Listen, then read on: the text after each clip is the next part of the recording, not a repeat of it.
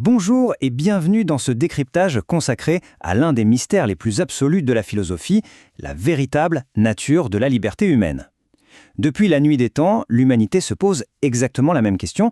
Sommes-nous vraiment les maîtres de nos actes ? Et on va voir que les textes que nous examinons aujourd'hui offrent une grille de lecture franchement fascinante. Alors, première question toute simple, faire absolument tout ce qui nous passe par la tête, sans aucune règle, c'est ça la vraie liberté ? C'est super tentant de le croire. Sauf qu'en creusant un peu nos sources, on découvre un parcours intellectuel qui vient littéralement briser cette idée reçue. Ce qui semble évident au départ cache en fait des mécanismes d'une complexité folle. Pour ne pas s'y perdre, voici notre programme d'aujourd'hui. 1. La définition de la liberté. 2. Condamné à être libre. 3. Les maîtres de nos pensées. 4. La liberté au sein des règles sociétales. Et pour finir, grand 5. Sommes-nous vraiment responsables ?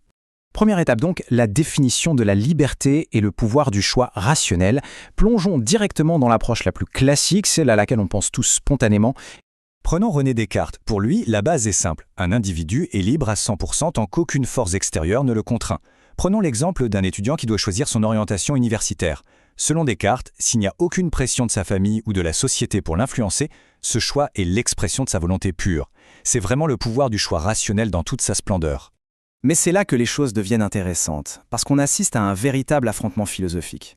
D'un côté, on a des géants comme Descartes, Sartre ou Kant qui défendent mordicus l'autodétermination absolue. De l'autre, des penseurs comme Spinoza, Freud et Schopenhauer qui avancent une idée beaucoup plus perturbante. Et si l'humanité n'était que l'esclave de forces complètement invisibles ? C'est le grand match de la pensée humaine. Ce qui nous amène à notre deuxième partie. Condamné à être libre, le fardeau existentiel.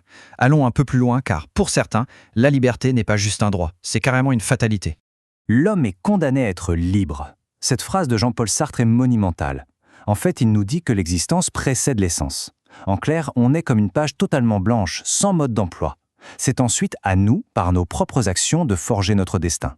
Il n'y a littéralement aucune échappatoire. On est obligé de faire des choix. Du coup, le revers de la médaille de cette liberté totale, c'est une responsabilité totale. On est coupable de tout ce qu'on fait. Imaginons un enfant né libre qui, en grandissant, choisit consciemment la voie de la criminalité. Ce choix hyper conscient va peut-être l'amener tout droit en prison, là où, ironiquement, toute liberté physique disparaît. C'est le paradoxe ultime. L'exercice même de notre liberté peut nous mener à l'enfermement. De son côté, Emmanuel Kant nous parle d'un vrai combat intérieur. Il donne un exemple extrêmement parlant. Céder à l'envie instinctive et un peu paresseuse de rester affalé sur son canapé, ce n'est pas ça la liberté. La vraie liberté, c'est d'utiliser notre raison pour nous forcer à aller faire du sport et voir du monde, parce qu'on sait que c'est bon pour notre avenir. En gros, être libre pour Kant, c'est utiliser son intelligence pour dompter sa propre nature. Et il ne faut pas oublier que cette liberté n'est pas qu'un combat personnel dans notre tête, c'est aussi une immense évolution collective. Les sociétés avancent, guidées par cette même raison. On passe de grands bouleversements physiques, comme la révolution de 1789, à des avancées juridiques majeures pour l'égalité, comme la loi sur le mariage pour tous en 2013. Bref, cette quête de liberté façonne et transforme continuellement nos lois. Passons au point 3, les maîtres de nos pensées ou l'illusion de la liberté. Attention, on change radicalement de décor. Et si toute cette belle rationalité n'était qu'une immense supercherie ? Nos sources avancent une idée qui donne le vertige. L'esprit humain serait en fait captif de 3 prisons invisibles. Selon cette vision, notre pauvre volonté consciente ne pèse pas bien lourd face à notre biologie, face à la psychologie enfouie au fond de nous et face au conditionnement pur et dur de notre environnement social. Sigmund Freud renverse carrément la table avec son célèbre « Le moi n'est pas maître dans sa propre maison ». Il vient pulvériser l'idée du choix purement rationnel. Pour Freud, notre conscience est dictée par des pulsions inconscientes dont on ignore absolument tout. On croit tenir fermement le volant de notre vie, alors qu'en réalité, ce sont nos désirs refoulés qui conduisent. Concrètement, ça donne quoi dans la vraie vie ? Les textes abordent un dilemme éthique majeur, le débat sur l'euthanasie. Si, comme le suggère Freud, le désir de mourir d'un patient est secrètement piloté par une pulsion de mort inconsciente, est-ce qu'on peut encore parler d'un choix libre et éclairé ? Ça repousse toutes les limites de la bioéthique, et ça pose des questions incroyablement complexes sur la validité de notre volonté. Et Spinoza a une manière brillante de résumer tout ça avec son idée de déterminisme. En gros, il nous dit qu'on est hyper conscient de nos actions, mais complètement ignorant des causes réelles qui nous poussent à agir. On se dit « j'ai librement choisi cette carrière », mais a-t-on pris en compte la pression de la famille ou nos contraintes financières ? En fait, notre sentiment de liberté serait simplement le produit de notre propre ignorance. Ça fait réfléchir, non ? Quatrième partie, la liberté au sein des règles sociétales, on arrive à la synthèse. Parce que sachant tout cela, comment redéfinir la liberté quand on doit vivre tous ensemble en société? C'est Jean-Jacques Rousseau qui apporte une réponse assez magique. Pour lui, la vraie liberté n'a rien à voir avec l'absence totale de règles. C'est plutôt le fait d'adopter de façon très rationnelle des lois qui sont bonnes pour tout le monde. C'est exactement comme le code de la route. Bien sûr qu'il nous limite physiquement, mais sans lui, ce serait un chaos mortel. Et c'est ce code précis qui nous permet de nous déplacer en toute sécurité. Thomas Hobbes fait le même constat. Il explique que la liberté individuelle absolue, ce fameux état de nature où chacun fait ce qu'il veut, mène inévitablement à la violence. L'humanité est donc obligée de passer un marché.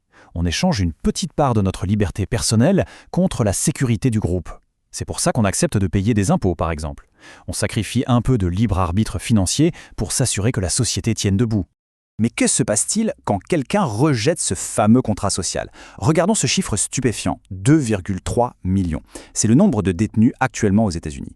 Ce sont des êtres humains qui ont voulu imposer leur propre liberté au détriment des lois collectives. Et le résultat est implacable. La société a répliqué en les privant purement et simplement de leur liberté de mouvement. Karl Marx, quant à lui, explore une autre forme de contrainte sociétale. Avec sa célèbre métaphore de l'opium du peuple, il avance que les croyances et dogmes religieux offrent une illusion apaisante de bonheur. Sauf que selon Marx, cette promesse de paradis rend en fait les gens dociles face aux injustices et restreint encore un peu plus notre liberté d'esprit en nous imposant un cadre de pensée ultra rigide. Et enfin, section 5. Sommes-nous vraiment responsables? C'est le moment de relier toute cette grande philosophie à notre vie de tous les jours et d'affronter l'ultime question de notre responsabilité. Surtout qu'aujourd'hui, notre libre arbitre est attaqué de toutes parts par des forces modernes redoutables et totalement invisibles. Entre les algorithmes des réseaux sociaux et la publicité ultra ciblée, on est subtilement guidé dans nos envies, dans nos achats, sans même s'en rendre compte. L'illusion dont parlait Spinoza tout à l'heure, elle n'a jamais été aussi puissante et concrète qu'aujourd'hui. Et ça amène à un dilemme absolu. Si on a ce poids manipulé par notre inconscient, notre éducation et notre société, que dire des auteurs d'actes criminels? Les sources prennent l'exemple des frères Tsarnaev lors des attentats de Boston. Sont-ils entièrement responsables de leurs actes de manière purement objective ou étaient-ils en partie les marionnettes de ces forces sous-jacentes? C'est là que la philosophie vient bousculer frontalement tout notre système pénal moderne. Pour conclure ce décryptage, on repart avec cette grande question en tête. La liberté, au fond, est-ce vraiment le simple fait d'avoir le choix, ou bien s'agit-il plutôt d'avoir la lucidité de comprendre l'ensemble des fils invisibles qui dictent nos décisions? C'est peut-être dans cette prise de conscience que se trouve notre véritable pouvoir, à méditer très sérieusement.